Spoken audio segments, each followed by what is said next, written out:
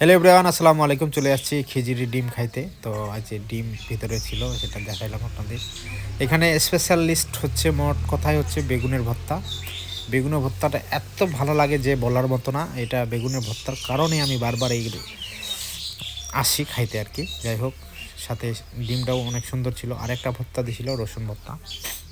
তো মোটামুটি 60 টাকার প্যাকেজে অনেক ভালোই একটা ফিল পাচ্ছিলাম মোটামুটি।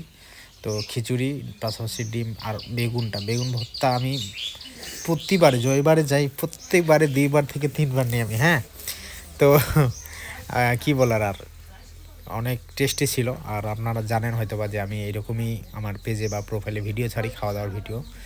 তো ভিডিওটি যদি ভালো লাগে একদম লাইক কমেন্টে ভরাই দিবেন, একদম উড়াধুরা লাইক কমেন্ট করবেন। আর হচ্ছে এই যে দেখেন কি ধোঁয়া উঠতেছে। ধন্যবাদ, আসসালামু আলাইকুম।